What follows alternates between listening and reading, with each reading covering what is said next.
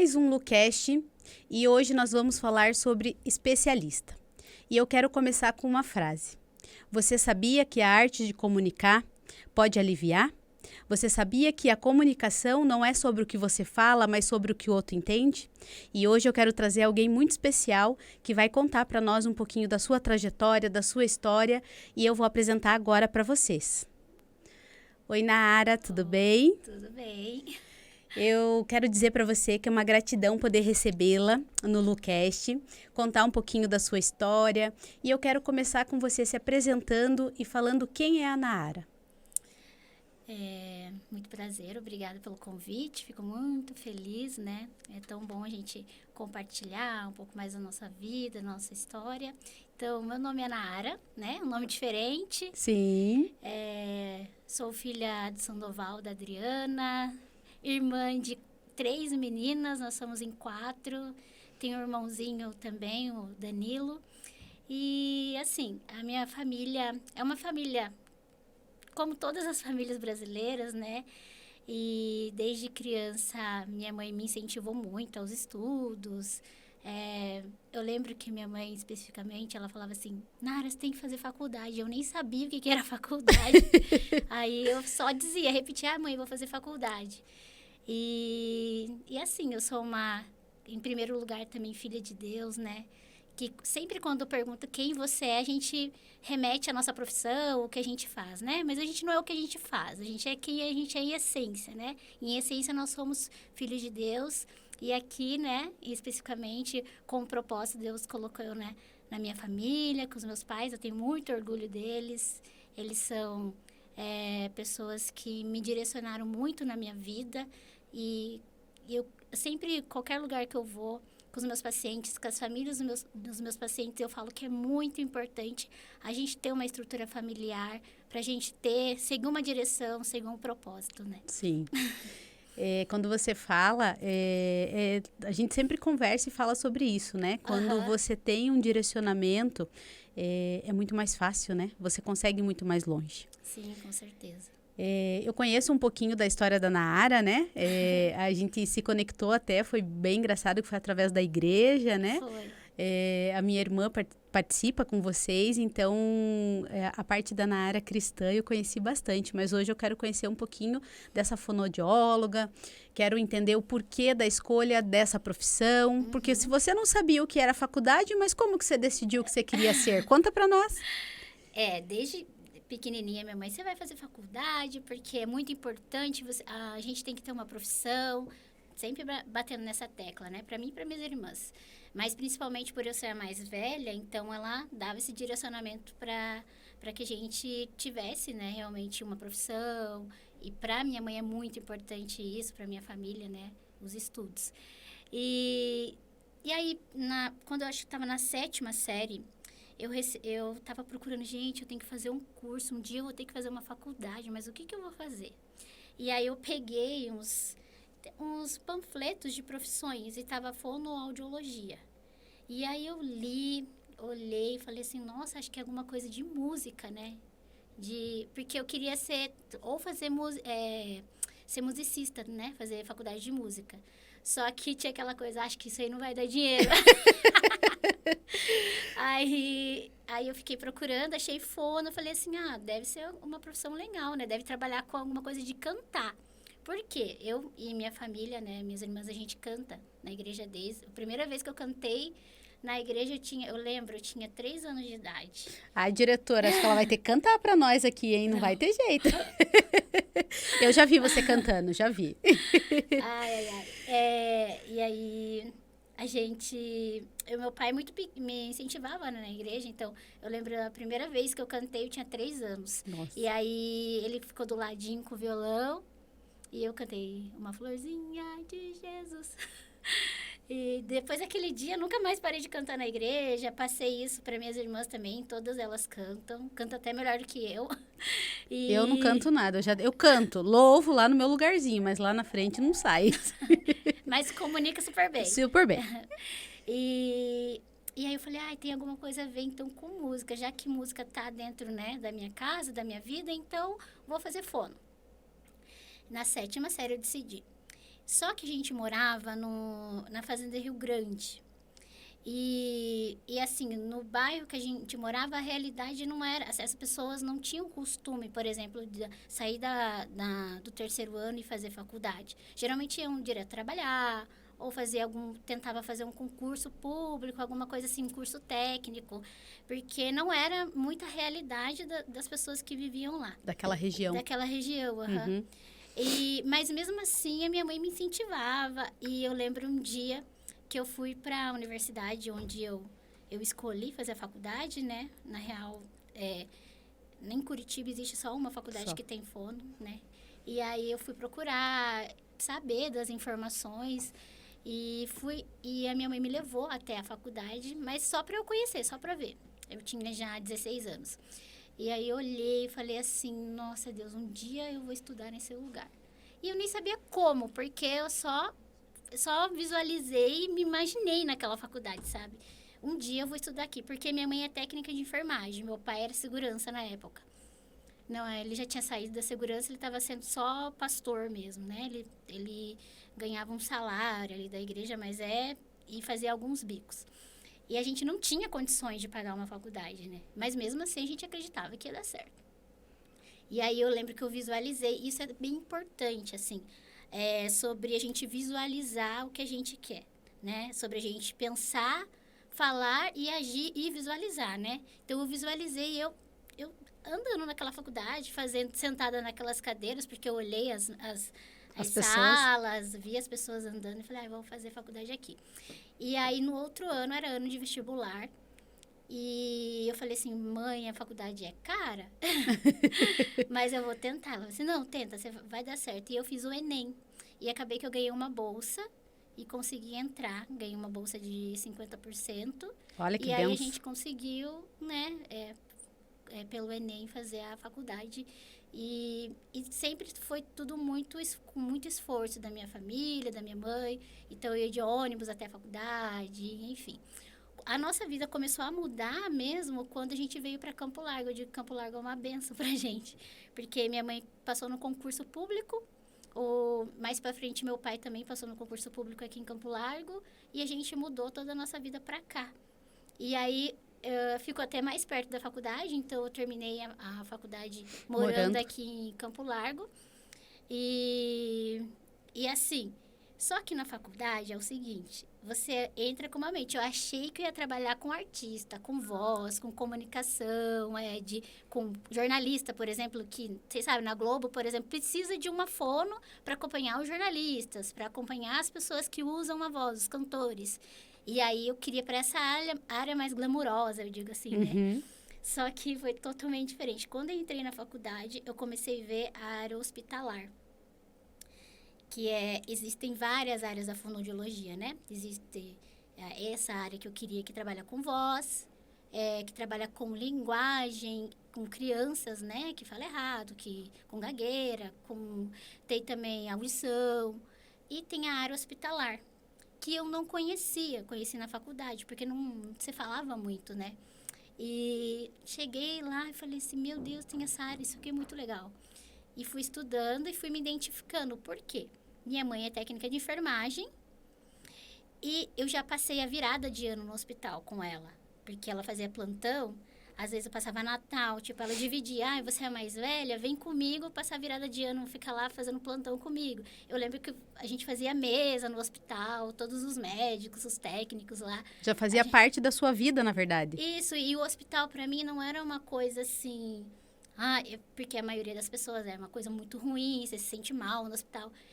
Parece que já fazia parte. Então, quando eu comecei a fazer estágio, né, obrigatório no hospital, eu já me sentia em casa, né, vamos dizer assim. Tava confortável. Tava confortável e de alguma forma eu gostava de contribuir ali, né. E aí eu lembro que no penúltimo ano, era uma área que ninguém gostava da faculdade. Todo mundo fugia, né. E aí, a minha professora, chamada professora Rosane Sampaio, ela é especialista na área hospitalar, eu colei nela e ela abriu uma monitoria na faculdade para essa área de fono hospitalar. Abriu essa monitoria e eu fui a única a me inscrever, porque ninguém queria. Aí ela falou assim, ai, Nara, pois, então, eu te chamei, eu falei, nossa, professora, eu passei, né, como monitora, porque você me chamou. Ela falou assim, na verdade, você foi a única que se inscreveu. Agora tem filas e filas para se inscrever, né?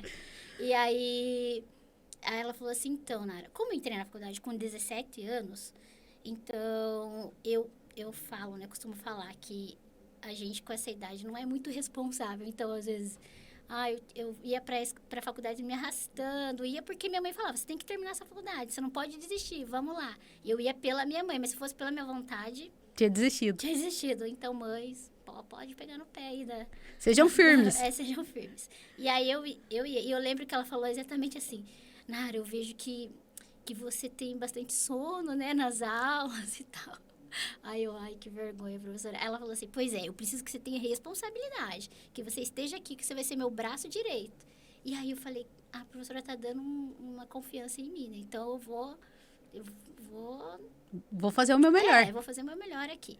E aí eu lembro que eu já, no penúltimo ano da faculdade, já comecei a ser a monitora dela. A gente fazia estágio no Hospital do Trabalhador. E lá, geralmente, são as pessoas mais carentes que vão para o Hospital do Trabalhador, né? E são pessoas de trauma, tem lá na maternidade muitas adolescentes que têm filhos prematuros. Então, eu fiquei mais nessa área, assim. E aí eu lembro que ela ficava com os adultos e mandava eu lá com as crianças. E ela me colocou assim no fogo, porque ela falou assim, Nara, a turma que você vai dar monitoria é muito grande. Ou seja, eu vou dar aula para os adultos e você vai dar aula para quem vai ficar com as crianças. E aí eu falei, mas eu vou dar aula. Ela falou assim, você vai dar aula. E aí eu peguei, então tá bom. Aí comecei a ler os livros, falei, ai meu Deus, eu tenho que dar aula para essas meninas. E aí a gente pegava os bebezinhos, o que a gente fazia lá? A gente ajudava na amamentação. Então, o que uma fono hospitalar faz? Tudo que tem a ver com alteração de cabeça e pescoço, deglutição para engolir, respiração, né, para a gente respirar. Ou seja, se a criança está lá com uma sonda, não consegue se alimentar via oral, por algum motivo neurológico, nasceu prematuro, a gente reabilita, né, reorganiza todo esse sistema, ou organiza, porque tem criança que nunca comeu pela boca, né, já nasceu, já teve que colocar uma sonda. Então, a gente organiza todos esses sistemas para se adequar para ele voltar ou começar a fazer a função. Então, eu fiquei lá com os bebês, reabilitando os bebês junto com as alunas, né? E ela ficou lá, então... Mas foi muito bom isso acontecer para eu aprender, né? Coloquei lá, me colocou no fogo mesmo para ser moldada, vamos dizer assim. Talvez essa confiança, essa aposta que ela colocou em você foi o que despertou realmente, puxa, eu tenho responsabilidade, é isso que eu quero, né? Não sei o que passou na tua cabeça, mas muito nova, com certeza teve insegurança, mas você sabia que você era capaz, né? Com certeza, eu sabia. E como eu te falei, eu me senti em casa no hospital. Então, eu lembro que as meninas passavam mal, colocava sal debaixo da língua para não baixar a pressão, porque, assim, o hospital, né, eu entendo, é um ambiente que ninguém quer estar em um hospital. Mas eu me sentia, tipo, não, aqui eu vou ajudar as pessoas, aqui eu vou contribuir. Porque eu tenho lembranças que eu ia lá, minha mãe trabalhou no Hospital Erasto Gettner durante 12 anos. E lá eu lembro do carinho que os pacientes tinham por ela. E as famílias, assim, porque ela estava servindo. E um dos propósitos, né, que eu acredito que eu estou aqui nessa terra é para servir o outro. Então, eu já estava confortável nisso. Tipo, eu nasci para isso, então eu vou fazer o que eu posso fazer aqui. E, então, mais do que, eu quero fazer uma carreira aqui no hospital, eu quero servir essas pessoas. E realmente foi isso que me despertou, assim, sabe? Não, se eu tô aqui é por algum motivo, eu vou servir essas pessoas, eu vou ajudar essas mães, eu vou ajudar essas crianças, né? Que eu fiquei lá pro lado das crianças. Logo após que eu encerrei a faculdade, eu fiz o TCC nessa área de fonoaudiologia hospitalar. E logo depois a minha professora me ligou e falou assim, Nara, você não quer uma bolsa para você fazer uma pós, para você se especializar só em fonoaudiologia hospitalar? Aí eu quero que você seja minha monitora ainda, só que na pós. Aí eu, claro. Então, já saí da faculdade e ganhei uma pós. E aí eu comecei a fazer essa pós. Logo depois, uma empresária que tinha uma clínica de reabilitação, ela entrou em contato com essa mesma professora, eu sou muito grata, a professora Rosane, essa mesma professora, e perguntou se ela tinha alguém para indicar para atender os pacientes que tinham alteração de deglutição lá da clínica dela. Aí ela me indicou. Então, nessa clínica, eu fiquei durante 5 anos e aprendi tudo que eu sei em relação à parte de neuroreabilitação e de cuidados com crianças com necessidades especiais. E aí teve uma época que teve em 2015, mais ou menos, teve um boom do autismo, aí eu fui também para a área do autismo. Então, hoje, eu atendo crianças com paralisia cerebral, síndrome de Down, autismo e outras crianças que têm algum transtorno do desenvolvimento. Também atendo crianças típicas com alterações de linguagem, mas o meu foco principal é a neuroreabilitação.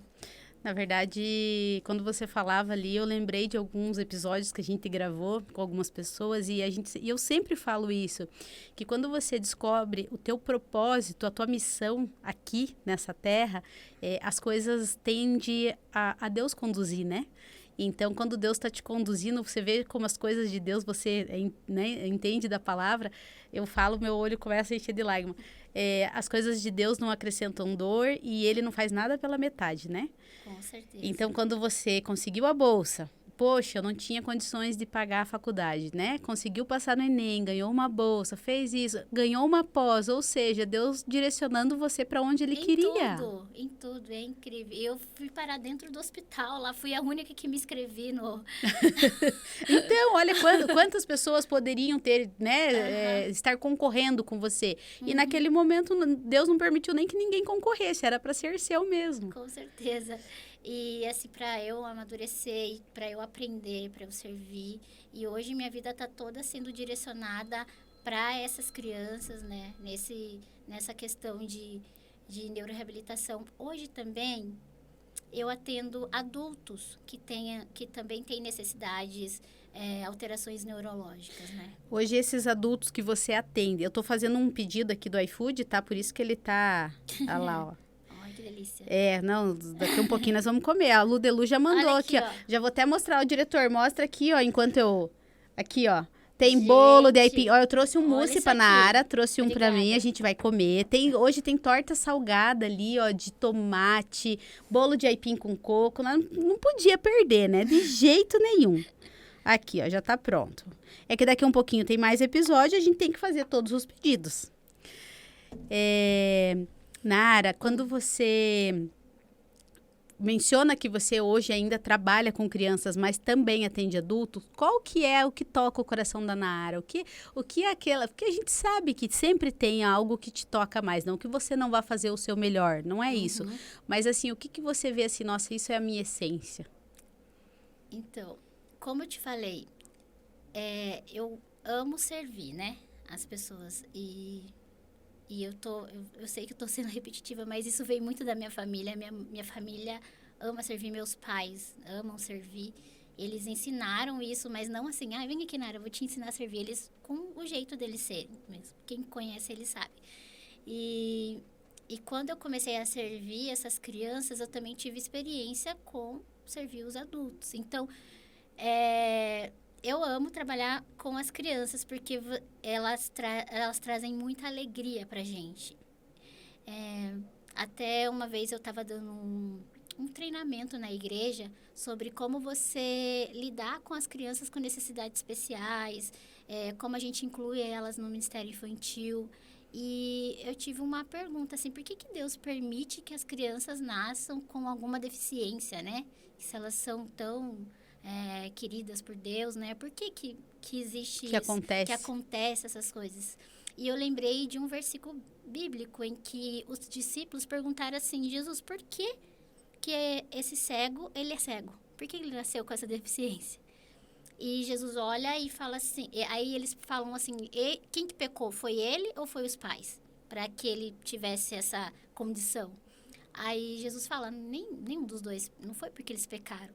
Ele nasceu assim para que vocês vejam a glória do Pai na vida deles. Então, toda vez que eu vejo uma criança deficiente, eu vejo a glória de Deus sobre a vida dela. E isso choca tanto a gente, porque Eu falo que a criança especial ou alguém, as pessoas com necessidades especiais é como se fosse um espelho pra gente. Porque você percebe que você não é um ser humano infalível, você não é um ser humano completo, você só completa em Deus. E aí, porque a gente acha que a gente é Superman, né? É. E quando a gente vê uma limitação no outro, a gente vê que a gente tem limitação. E a gente não consegue dar conta disso. De pensar que a gente também tem limitação e que a gente é dependente também, de certa forma. Exatamente. Entendeu? E quando você vê uma limitação física que é visível, você se pergunta, nossa, eu também tenho limitação e eu não dou conta disso, então eu nem vou ver. Então a gente se afasta, né? Mas não é isso que Deus quer. A gente quer que a gente se aproxime e veja o quanto a gente... Assim como aquela criança é dependente daquela família, ou às vezes tem uma limitação, nós também temos limitações. Só que a dele é visível, a sua é invisível. A dele é mais fácil de tratar do que muitas vezes as invisíveis que a gente tem. Porque até você descobrir quais são as suas limitações, é demorado, é um processo longo e muitas vezes eu não quero tratar. Porque tá tudo bem. Tá tudo bem. E eu tô dizendo eu aqui, né? Digamos, eu pessoa, né? De repente eu tô prejudicando alguma pessoa, eu tô me prejudicando, mas eu não quero fazer o tratamento. E às vezes o tratamento tá em Deus, com certeza. Às vezes é coisas que a gente precisa confiar, acreditar, deixar Deus trabalhar, mas a gente quer fazer tudo com as nossas mãos, né? E do nosso jeito. E aí quando a gente realmente, eu tenho na minha família, né? Até uma prima da minha idade, que é especial. E todas as vezes que eu tô triste, que acontece alguma coisa assim, que eu me recordo dela, ou eu vejo ela na igreja, e ela tá lá, meu Deus, uma unção, e pulando na cadeira de roda, e uma alegria, e ela pede pra mãe dela, manda áudio pra Lu, que eu quero falar com ela. Aí ela coloca lá, ela manda, ela fala totalmente enrolado, né? E ela fala assim, eu amo você, tô sentindo falta de você, Jesus te ama. Ela fala um monte de coisa, eu tenho mensagens dela aqui, e às vezes é bem naquele dia que você precisa. E daí você fala, meu Deus, e eu reclamando aqui que eu tenho uma conta para pagar, por exemplo. Ou eu tô reclamando porque meu cabelo não deu certo. Sabe, coisas assim, tão pequenas. E ela, com toda aquela limitação, o dia que ela vai, porque ela não vai todos os dias à igreja, até pela limitação, cuidado, enfim, né? Mas o dia que ela tá na igreja, gente, é uma unção fora do normal. Porque a gente vê a glória de Deus na vida deles. Dessa forma. Exatamente. E aí eu falo, eles são um espelho em que a gente se vê a nossa limitação, que nós também temos, né? E na parte dos adultos, eu amo trabalhar com jovens, né? Até tem uma história. Conta história, que aqui nós estamos para contar a história. Uma história muito boa em relação a como eu virei empreendedora na área da saúde. E tem a ver com um dos meus pacientes. Olha só. Tem muito a ver. Então, eu fui para essa clínica, né? Como eu estava contando, fiquei 5 anos. Né, onde eu aprendi tudo. Porque era uma clínica multidisciplinar. Então, tinha fono, fisio, TO, terapeuta ocupacional, né? Psicólogo, psicopedagogo. Então, era uma clínica completa. E eu aprendi muito com os outros profissionais, sabe? Mas eu digo assim que a prática traz uma coisa que a teoria não traz, né? Que é aquela segurança, aquele raciocínio clínico, aquela coisa que você nem precisa... às vezes a gente olha um pro outro, lá pro psicólogo ou pro físico, a gente já se entende, a gente já sabe como lidar ali com a situação. E é muito bacana quem tem experiência, quem for profissional da saúde e ter a oportunidade de trabalhar com uma equipe multi, faça isso. E eu aprendi muito lá. E fiquei durante 5 anos. Aí eu saí dessa clínica, né? Fechei o ciclo lá e fui para uma outra clínica menorzinha também, mas também que era uma equipe multi. E aí, de repente, veio a pandemia. Quando veio a pandemia, o que aconteceu? Fecharam todas as clínicas. Ou seja, fiquei sem trabalhar, né? E nesse tempo, foi em março, né? Que começou. Que explodiu, assim, né? Abril, em março. Só um mês antes, eu tinha ido por um curso em Campinas. O que era especificamente esse curso? Era um curso para fonoaudiólogos, para reabilitação de pacientes que usavam traqueostomia. Porque eu tinha um bebezinho na clínica, ele tinha 1 ano, 2 aninhos, ele estava com a cânula fazia muito tempo e eu queria tirar, né? Eu já tinha feito pós, né, tudo, mas ainda eu sentia que faltava alguma coisa para eu aprender, um protocolo, alguma coisa para eu aprender para aplicar nele. E fui nesse curso lá em Campinas. Cheguei lá, quando eu cheguei, a professora começou a ministrar, a professora Camila Pereira, ela é maravilhosa. Ela começou a ministrar e falar com tanto amor, né? Eu falei assim, meu Deus, que mulher maravilhosa. Tô amando esse curso. E ela começou a mostrar os casos. Eu falei assim, meu Deus, mas ela só tem adulto, ela só atende adulto. Por que eu tô fazendo aqui se eu atendo criança, né? Falei, vou aproveitar o curso, né? Não vou embora, né? Vou aproveitar. E todos os casos que ela tinha é paciente pós-acidente, pós-trauma ou pós-AVC, sabe? Então, ela mostrava e eu via aquelas evoluções e eu chorava no curso. Eu tinha vontade de chorar. E eu fiquei com vergonha, né? Falei, olhava pro lado, ninguém tava chorando, só eu. Falei, meu Deus, será que eu tô na TPM? O que tá acontecendo? Eu vivo na TPM, então, porque você tá falando, eu já tô com o olho. Porque eu não sou assim, o que tá acontecendo? Porque, assim, eu amo trabalhar com as crianças, mas com as crianças é passinho de formiguinha que a gente fala.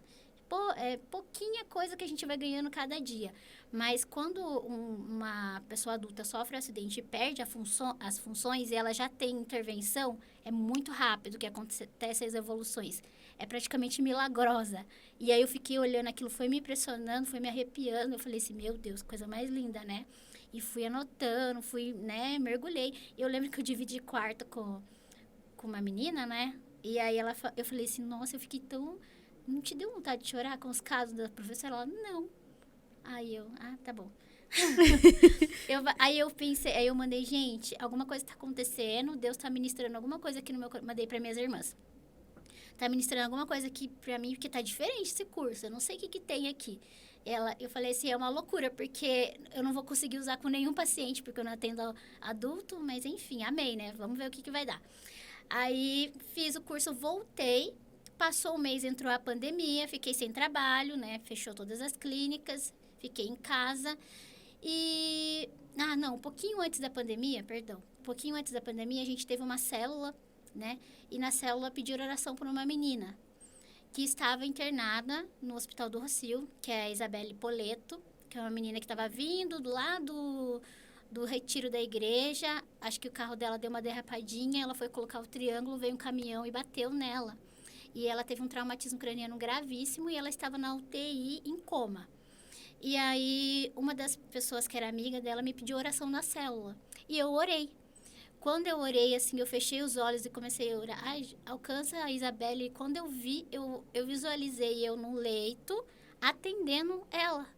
E ela tava com os olhos abertos, fazendo uns exercícios comigo. Aí eu abri o olho e falei assim, gente, ela vai sair e eu vou atender ela.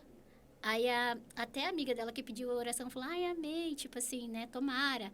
Aí eu falei assim, não, gente, vai acontecer, eu tenho certeza, eu vi.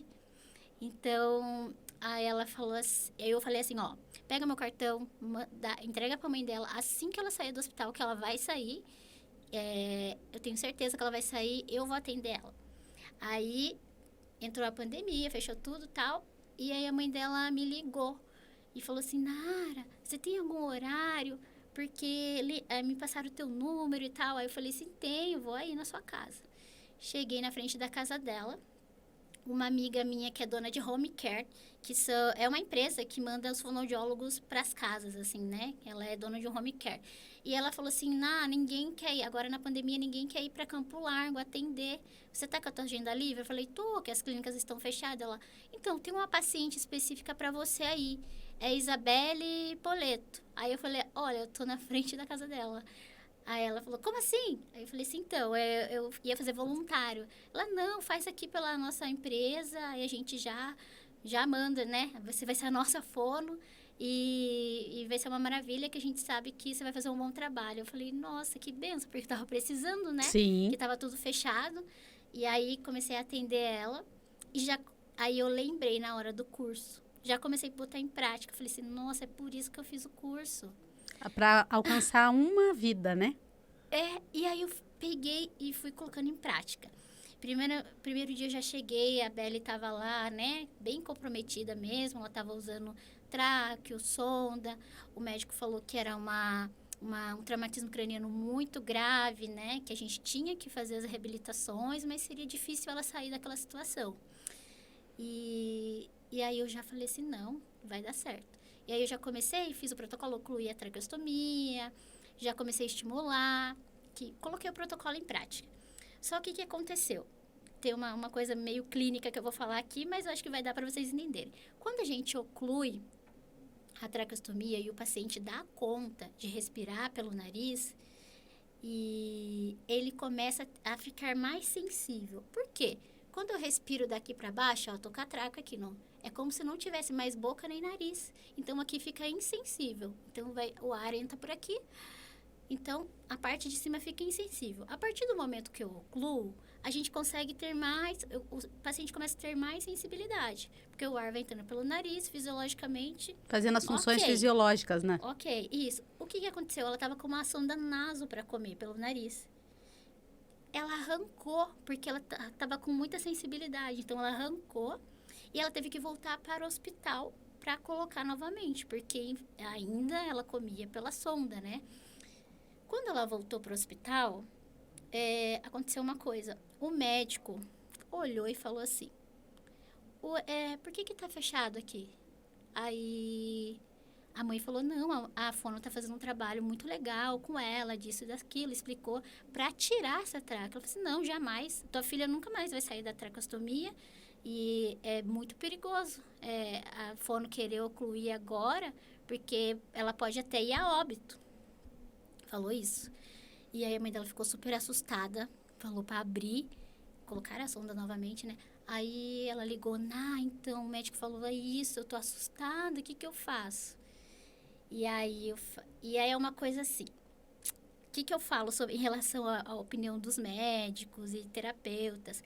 A gente que é terapeuta, a gente acredita que, né, a reabilitação, né? E tem alguns médicos mais tradicionais, antigos, que não acreditam que, se a pessoa tá viva, tem que agradecer que ela tá viva, entendeu? Não tem que ficar tentando outras coisas, que tá bom já isso aí. É mais ou menos assim, agradeça pelo que você tem. É assim, pronto. É que são mais antigos, tem um pensamento mais antigo, mais tradicional, né? Sim.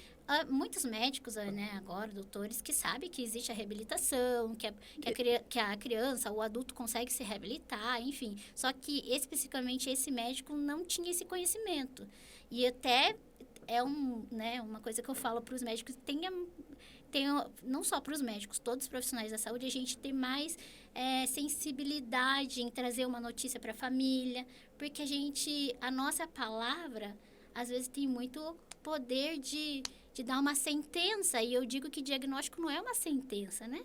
Diagnóstico é um diagnóstico, você pode ir além do seu diagnóstico, entendeu? E aí, quando ela falou isso para a mãe ficou super assustada, e eu fiquei pensando assim, me dá o número desse médico. Aí eu peguei, mandei, oi, doutora, aqui é a Nara, tal, fono, e essa é a minha avaliação, eu tô fazendo esse protocolo, mandei os artigos científicos que eu estava pautada, só que ele não me respondeu. Aí eu fiquei assim, achando estranho, né? Mas tudo bem. E aí ela falou assim, e agora, o que a gente faz? Qual que vai ser o caminho? Aí eu falei assim, olha, eu vou fazer o seguinte, a gente vai fazer o trabalho só quando eu estiver aqui. Quando eu não estiver, você pode abrir para você se sentir mais segura. Só que aquilo ia atrapalhar a reabilitação dela, sabe? Eu precisava que ficasse ocluído durante um tempo para que voltasse toda a fisiologia. Aí eu peguei e fiquei muito chateada. E foi tipo um balde de água fria, assim, no meu trabalho, sabe? Eu fiquei, nossa, e agora? E aí eu fiquei insegura também. Falei, será que tá errado? Porque o médico tá falando que tá errado. E eu estudei de novo.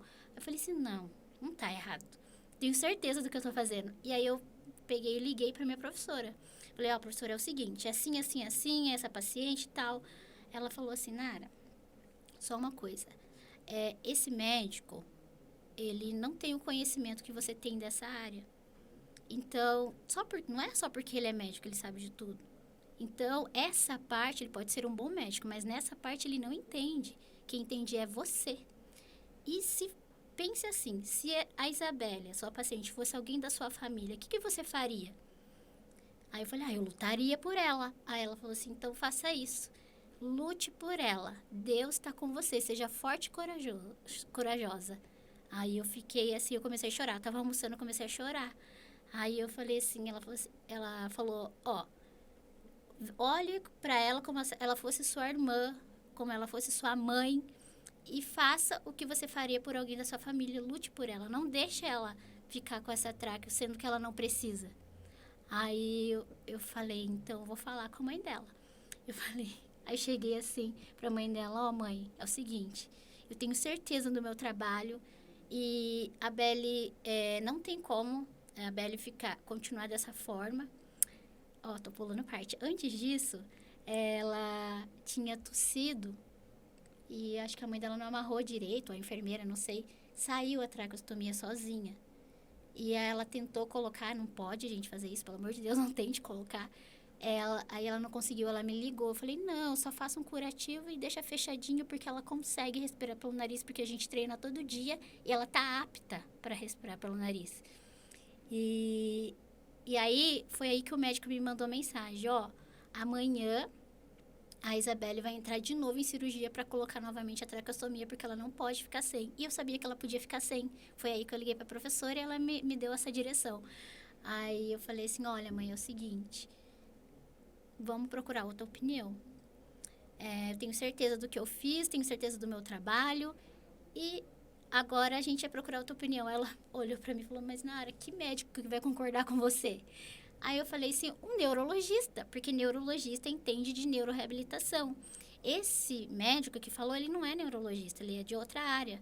Então, ele não tem especialidade. O neuro sabe que existe plasticidade neural, que o cérebro é capaz de se regenerar, de fazer as novas conexões, que o cérebro é plástico e que é normal, sendo estimulado, a pessoa evoluir. Aí ela falou, eu falei, quem que é o neuro que fez a cirurgia dela? Aí ela falou assim, o neurocirurgião é o Dr. Ricardo. Aí eu falei, vamos falar com o Dr. Ricardo. Aí a gente foi no Dr. Ricardo. O Dr. Ricardo, não precisa fazer outra cirurgia, a Belle tá indo muito bem, ela tá se recuperando e a fono fez o trabalho dela, é isso mesmo, daqui pra frente é só evolução, que o cérebro dela tá se regenerando, tá fazendo novas conexões e é através do estímulo que isso acontece. E não vai precisar, nossa, foi uma alegria pra gente. Nossa, você pensou, Glória. Aí, logo depois, a gente já conseguiu tirar ela da sonda, ela começou a comer pela boca, foi maravilhoso o primeiro dia. Tem que chamar ela aqui pra contar a história. É isso aí, ó. Já tá ouvindo nós, Belle, vem aqui contar a tua história. E, assim, foi maravilhoso o primeiro dia que ela comeu pela boca. E aí, depois disso, eu falei assim, virou uma chave na minha mente. Do tipo assim, nossa, eu sou capaz. Eu não preciso de ninguém para ficar me dando direções, sendo que eu tenho habilidade, eu tenho conhecimento suficiente para dar conta do meu trabalho. Porque eu, assim, de certa forma, eu era insegura, do tipo assim, eu preciso de um respaldo de uma instituição para eu estar... Para eu trabalhar. Para eu trabalhar, entendeu? Uhum. Porque a área que eu trabalho é muito complexa, então eu preciso, né? E ali eu me encontrei no momento em que eu tive que conversar com o médico que falou uma coisa totalmente contra, né, o que eu estava fazendo. Pedi para a família procurar outra opinião. Então, tive que lutar, né, pela vida daquela paciente. E eu falei assim, então, dou conta. Deus me deu essa autoridade, né? Deus me deu essa habilidade. Então, eu falei, quer saber? Eu vou abrir um consultório aqui em Campo Largo, porque não tem fono aqui em Campo Largo, né? Quase não tem, né? Aqui na nossa cidade. E aí eu falei assim, eu vou abrir. E fui procurando. Esse dia que virou a chave, eu saí com o carro procurando um lugar. E eu achei um lugar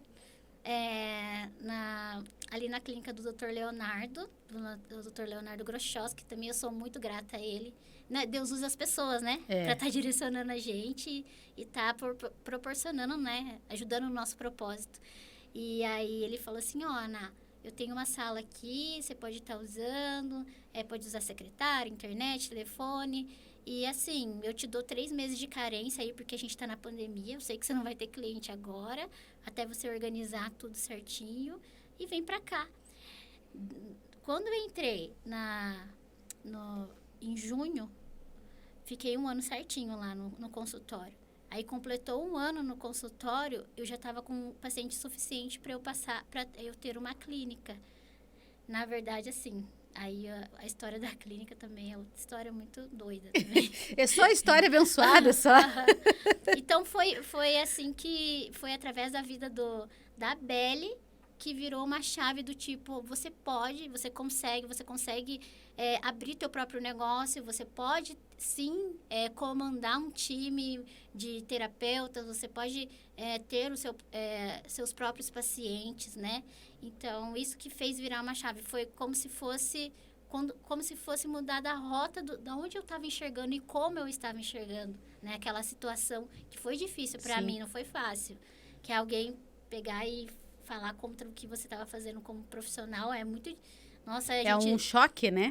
E eu estudei, eu fiquei pensando, meu Deus, se eu tiver errado, eu vou matar essa menina mesmo? Falei, não, eu não vou matar ela, óbvio que não, eu tô estudando, eu estudo há quantos anos? Há 8 anos, não é possível isso. E li, reli e vi que era o caminho certo, né? Na verdade, assim, que nem você fala da Belle, você contando ali a história, seria tão mais fácil você desistir.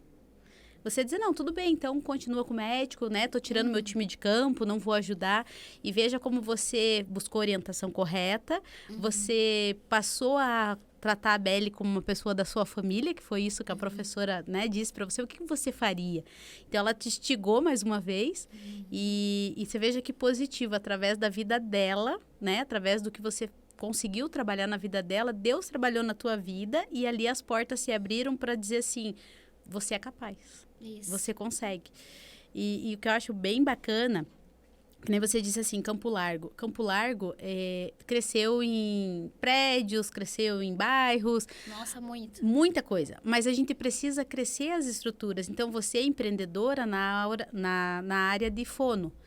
Precisa crescer. Precisa ter espaço, precisa ter clínica, a gente tem que parar com essa demanda que a gente tem que sair da cidade, porque a cidade não tem potencial, muito pelo contrário. Totalmente. Tem muito potencial. Até o pessoal que está nos ouvindo, de repente, vai estar escutando aqui a história da Nara, você quer empreender, de repente você tem aquela dúvida, seja na área da saúde, como é o caso da Nara, você fala assim, poxa, mas Campo Largo não dá, é pequeno, eu não vou conseguir... Não se engane, sabe? Tira todas essas crenças que atrapalham, porque a gente tem um potencial enorme de crescimento na cidade. Com certeza. E quando fala na área da saúde, eu sou mãe de 3 filhos, né? O meu pequenininho você conhece muito bem, aí tá atendendo ele, o filho da pandemia, né? E a gente vê uma diferença, assim, muito grande dessas crianças de pandemia, precisam de assessoria. Com certeza. Até eu queria que você contasse um pouquinho, assim, para o pessoal também, além dessa especialidade de trauma, de tudo isso que você já passou, para as crianças que estão com algum atraso. Conta um pouquinho também para o pessoal entender o que tem na clínica, né? Com certeza. A clínica é o seguinte... após eu ter saído do consultório, né? O que me fez sair do consultório e ir para uma clínica? Porque estava bom ali no consultório, estava confortável, 1 ano, tinha bastante o suficiente ali para dar conta da minha demanda, financeiramente também. Só que aí as mães começaram a falar assim, você não tem uma físio para me indicar? Você não tem uma TO para me indicar, que meu filho também tá precisando disso. E eu atendia, né, as crianças lá. E eu falei, eu posso, né, posso tentar chamar uma colega minha para eu dividir a sala. Enfim, fiquei pensando. E aí, eu comecei a atender as crianças com atraso na pós-pandemia. Exatamente isso. E eu falei assim, gente, eu vou precisar de um lugar maior, porque aqui não vai dar certo, né? Até porque... a área ali da clínica onde eu estava era mais estética. Às vezes as crianças chegavam tocando terror e eu falava, ai meu Deus, essa clínica óbvio, sou muito grata a eles, mas não era o ideal ali para estar acolhendo as crianças. Aí eu fui para a minha clínica e lá eu comecei a perceber quanta criança que vem com atraso de fala por conta da pandemia. Acho que quase ninguém, não sei se as pessoas já estão, não vi nenhum estudo sobre isso ainda, porque é muito recente, né? Mas eu percebo ali na prática que as crianças, o que acontece na linguagem? Eu sempre falo para os pais que existe diferença entre linguagem e fala. Linguagem tem a ver com cognitivo, com a criança entender se... pega o copo. Ela sabe o que é o copo, para que serve o copo. Ela entende, né, que aquilo ali é um copo. Sabe que a cadeira é para sentar, que existe vários tipos de cadeira. Quando a gente está numa conversa, ela entende o contexto, o símbolo, o significado. Isso é linguagem, é como se fosse um sistema operacional. E a fala é quando o cérebro manda informação para o músculo articular o som daquilo que já está organizado na sua mente.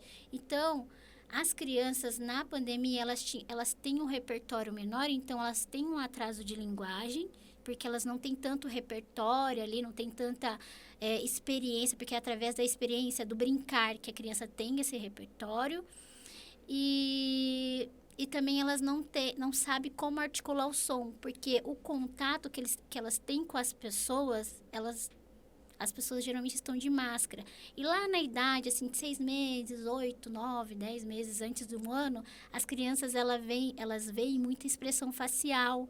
Então, elas necessitam ver a tua articulação, a tua expressão. Então, você pode falar para um bebê, eu te amo, assim, brava. Ele não vai entender a tua fala, ele vai entender a tua expressão facial. Então, é muito importante para um bebê perceber a articulação da sua boca, a tua expressão facial, porque ela vai associando aquilo ao som.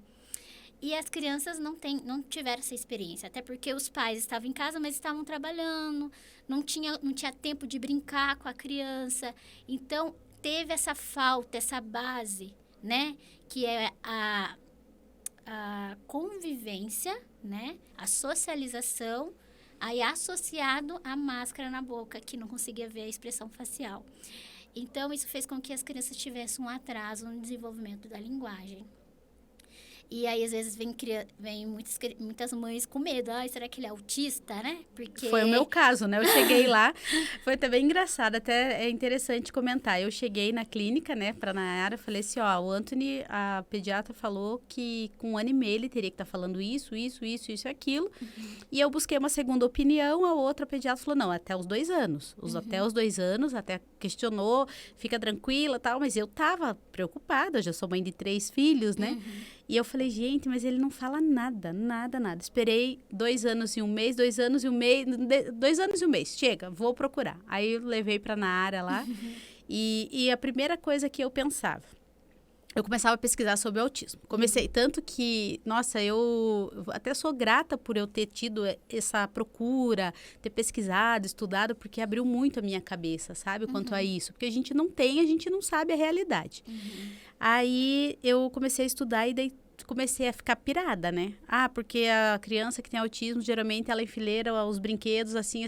Daí ele tem mania de enfileirar todos os brinquedos. Porque a criança que tem autismo tem mania de querer só um alimento. E, gente, eu comecei a ficar bem doidinha. Não teria problema nenhum, né? Se Deus mandasse uma criança especial, um autista, enfim. Só que eu queria ter o tratamento correto o quanto mais cedo. Aí, quando você fez os testes, começou a fazer a parte de fono com ele, né? Você falou, não, Lu, pode ficar tranquila. Assim, pode ser que pra frente a gente precise de mais algumas avaliações e tal, mas fica tranquila, eu acredito que a princípio é isso e tal. Nossa, parece que aquilo tirou aquele peso, assim, sabe? Parece que até, porque você fica assim, em cima da criança, tipo, fala, mas não é assim. Não é. Então, e aí eu lembro até que a gente conversou, ela falou assim, nossa, na pandemia eu só trabalhava, ele ficava ali do meu ladinho, não tinha tempo de interagir, né? E é exatamente, a maioria das famílias, era isso que acontecia. E as crianças tiveram, né? Porque a gente precisa, eu sempre falo que para desenvolver a fala, não é só, oi, vou falar. Precisa dos pré-requisitos, né? Como se fosse uma pirâmide. A pirâmide tem a base e a gente vai construindo até chegar ali no topo, que é a fala, né? Então, existem vários pré-requisitos necessários para a criança desenvolver a fala, né? Até as experiências motoras dessas crianças. Tem gente que não sabe, mas tem relação se a criança engatinhou, se ela passou por obstáculos, porque toda a organização sensório corporal dela, global, ajuda na articulação do som. Então, existem crianças com diagnóstico de atraso de linguagem, tem criança com diagnóstico de atraso de fala, que às vezes ela entende tudo, só que só não sai o som. Alguma coisa então eu tenho que organizar ali para que ela consiga emitir o som. trabalhar a imitação, neurônio espelho, que é de um fazer igual, várias outras coisas que a gente pode, de estratégia que a gente pode usar, ensinar os pais também. E existem crianças também que têm um diagnóstico chamado apraxia de fala na infância, que quase ninguém fala também, que é uma dificuldade motora. Então, ela manda informação para a musculatura, para articular o som, mas o músculo não obedece por uma alteração neurológica ali. Essa criança não tem lesão cerebral, é uma criança típica. Só na hora de planejar, ela não consegue planejar a fala. E, geralmente, essas crianças são mais estabanadinhas, elas caem, elas se batem aí. A gente pode ali fazer um diagnóstico, mas tem que ser um fono que é especialista, que conhece, que já trabalha na área de apraxia da fala. Não é todos que fazem o diagnóstico, porque é bem minucioso, assim, sabe? Essas questões, assim. E também, assim, para dar diagnóstico, a gente tem que ter, né? Tem que ter conhecimento, né? Não é assim... Vou dar um diagnóstico. Aqui. E outra questão do autismo... muita gente fala assim, meu filho não fala, ele deve ser autista, ou as crianças, ou meu filho fala bastante, então ele não é autista. Não é assim que se percebe. Para saber se a criança tem alteração, ou tem um pré-requisito, né, para ser autista, vamos dizer assim, tem 3 que eu falo que é o tripé do autismo, que é alteração de comunicação e linguagem, alteração sensorial e estereotipias. Essas 3, esse tripé, tem que andar junto. O que é alteração de comunicação e linguagem? Ou a criança demora para falar, ou ela não fala, ou quando fala, é uma fala desconexa. Então, fala muito, fala, mas não tem a ver com... Lembra que eu falei do contexto? Se eu tô comendo aqui alguma coisa, você sabe, se eu te ofereço, é o que eu tô comendo, não é o que tá lá atrás, entendeu? Então, a criança entender o contexto. Tem criança que não entende o contexto. Ela fica olhando aqui, bolo, é água. Mas ela não coloca numa conversa, não coloca numa frase, não faz sentido naquele momento. Então, ela usa muito... A gente fala ecolalia, fica repetindo muitas coisas. E aí tem mãe que pensa, não, ele é super inteligente, ele escreve, ele já aprendeu a ler e escrever, mas ele não se comunica de forma efetiva. Então, tem um atraso aí, sim, de linguagem, de comunicação. Então, tem que ficar de orelhinha em pé. A segunda é a alteração sensorial. O que é essa alteração sensorial? Quando esse paciente, essa criança, a gente tem, né, como todos têm os 5 sentidos, né, tato, olfato, paladar, equilíbrio, que ninguém sabe, mas a gente tem esse sentido do equilíbrio, própria acepção. E essas crianças têm alteração nos sentidos. Não é como a gente que está aqui conversando, aqui, ó, no estúdio tem luzes, tem o barulho, né, do computador. Eu estou conversando com você, mas mesmo assim você consegue se concentrar em mim. Para eles, a informação vem tudo de uma vez. Então, vem a luz, vem o microfone, vem o barulho do computador, tudo de uma vez e a minha fala. Então, eles não conseguem distinguir. Então, os sentidos para eles é diferente. Então, existem crianças que têm dificuldade de alimentar porque o olfato e o paladar dele é diferente, né? Então, eu tenho até uma experiência. Eu tenho uma amiga, Camila, que ela tem um filho autista, que é o Arthur, e um dia a gente estava lá na casa dela, ela encomendou umas esfirras. O Arthur, só de cheirar as esfirras, deu ânsia.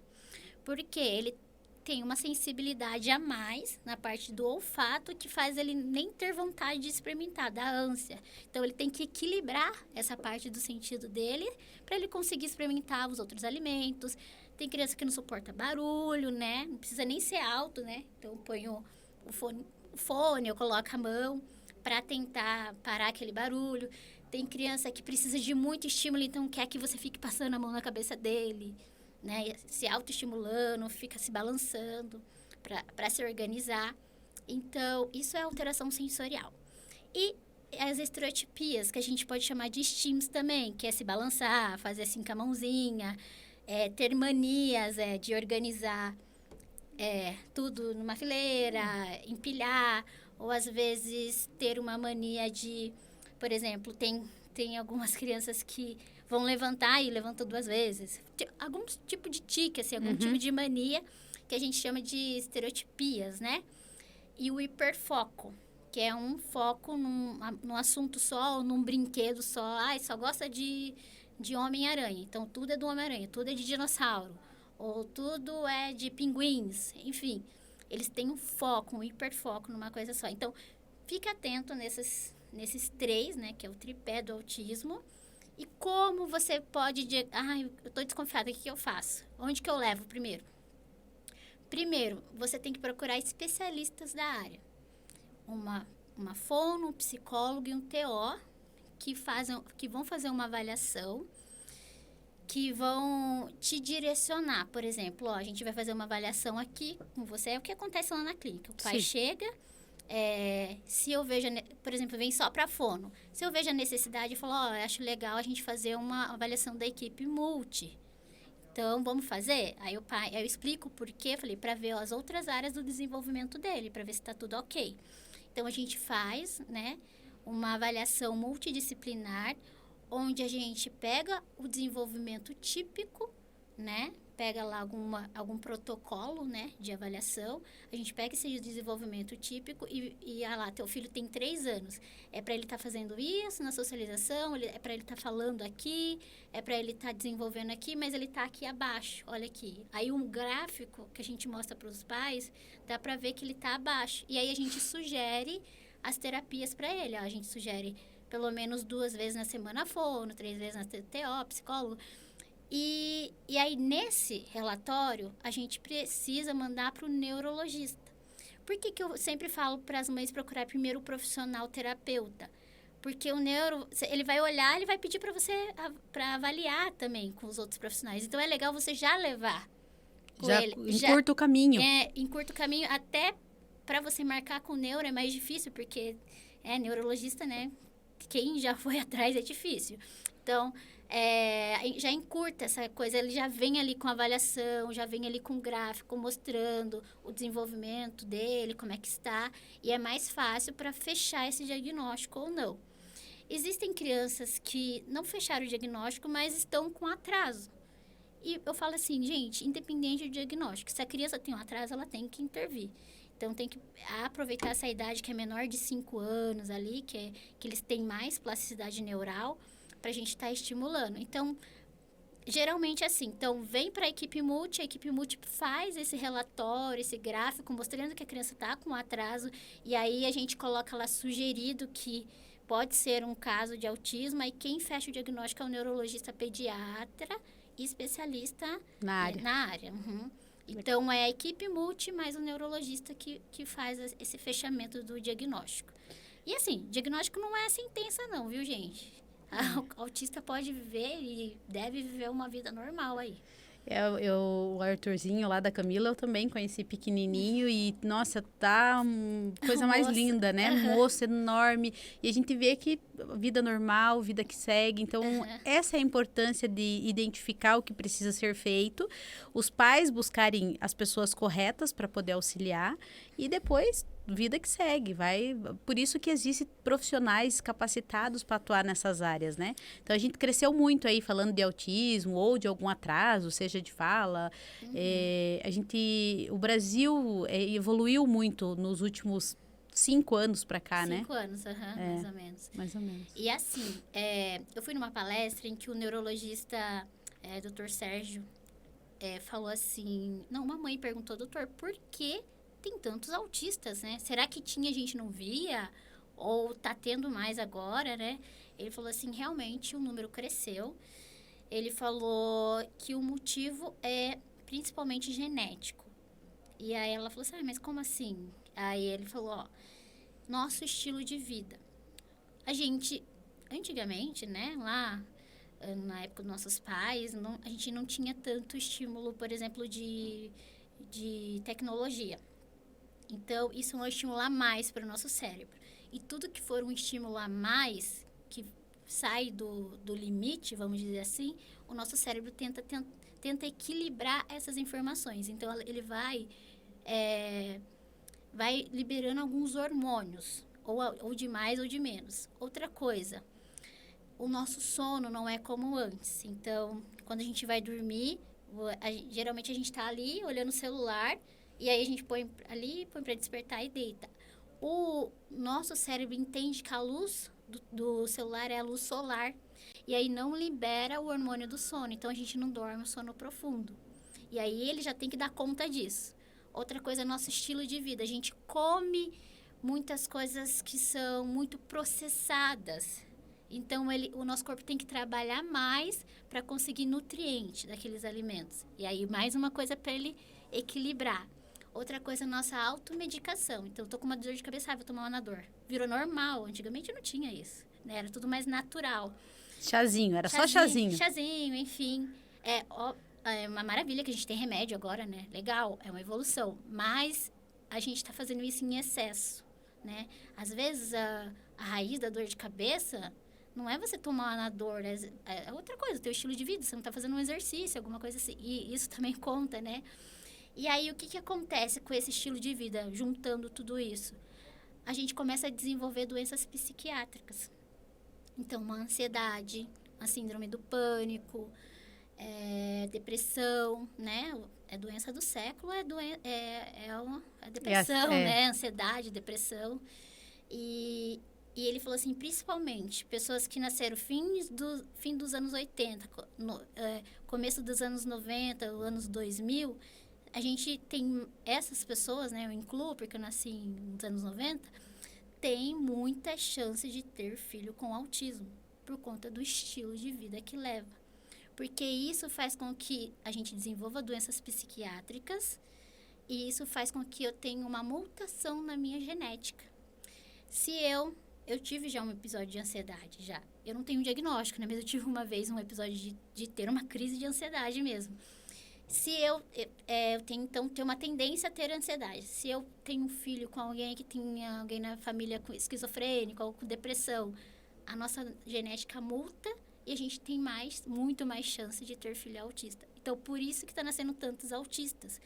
É uma evolução da genética humana. Da genética humana. Uhum. Até aproveitando o gancho, falando em qualidade de vida, saúde, eu quero falar de um patrocinador do LuCast, que é o Jean da Challenge, né? O Jean e o Vinícius. O Jean contou a história para nós, inclusive vai estar no ar hoje aí o episódio dele.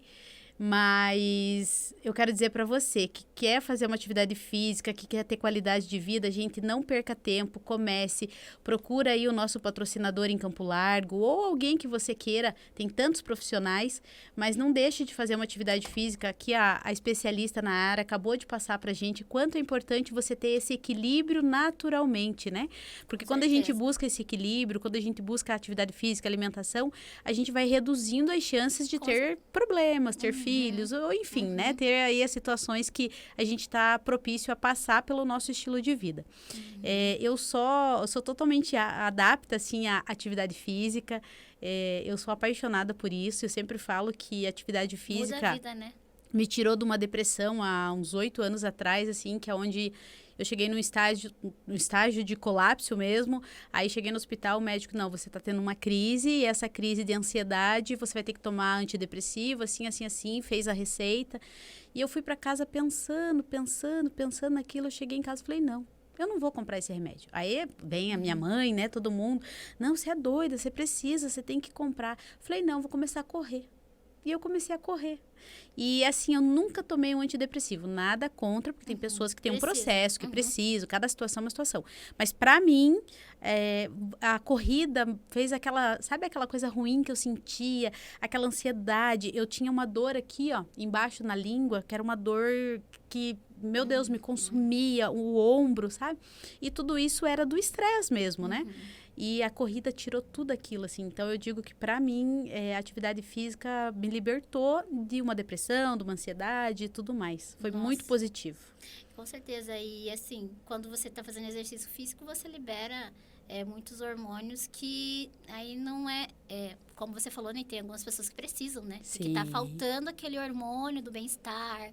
Mas o teu corpo tem a própria farmácia ali.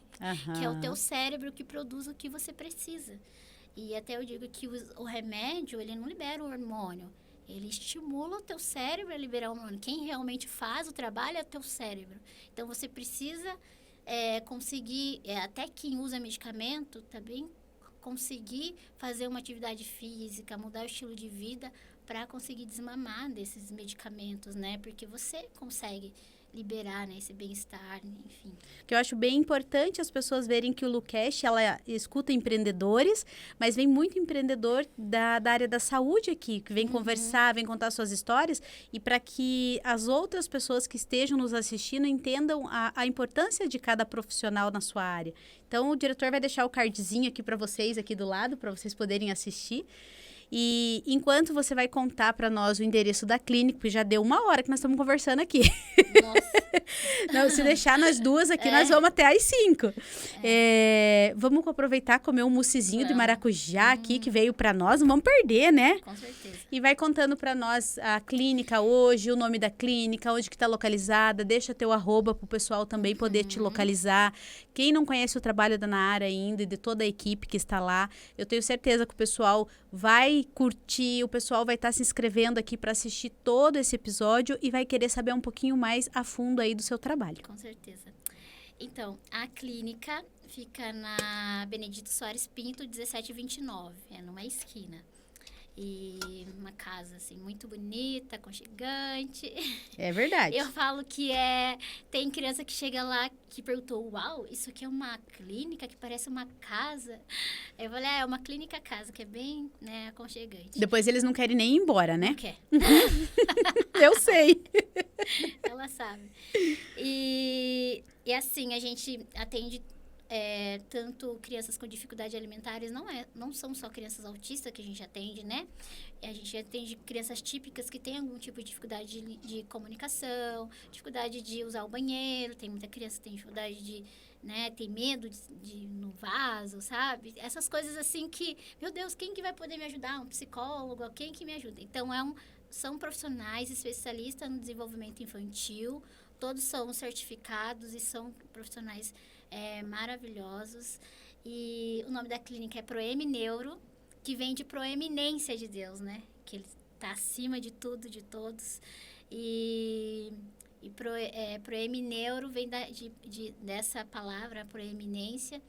E a gente está ali para servir tanto a nossa cidade quanto as nossas crianças, essas famílias, a gente acolhe, né? A gente também faz um trabalho com as famílias, né? Às vezes recebe um diagnóstico, a gente sabe acolher, a gente sabe ajudar, direcionar, porque as famílias ficam perdidas, às vezes, com o diagnóstico.